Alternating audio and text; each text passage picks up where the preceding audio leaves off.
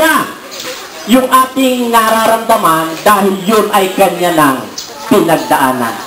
Ang kailangan lamang ay katulad ng Panginoong Jesus na sabihin natin sa ating Ama sa Langit kung ano ang ating nararamdaman. Kung ano ang ating nararamdaman, kailangan lang sabihin natin sa ating Ama sa Langit. Kaya nga mga kapatid, totoo po na sa aking nalalapit na pagtatapos, totoo po ang buhay sa ngayon. Punong-puno ho ng bahagi ng ating buhay. Bahagi na ng ating buhay. Hindi na ho yan mawawala. Nariyan ho lagi talaga ang hindi magagandang ng ating Panginoong Jesus.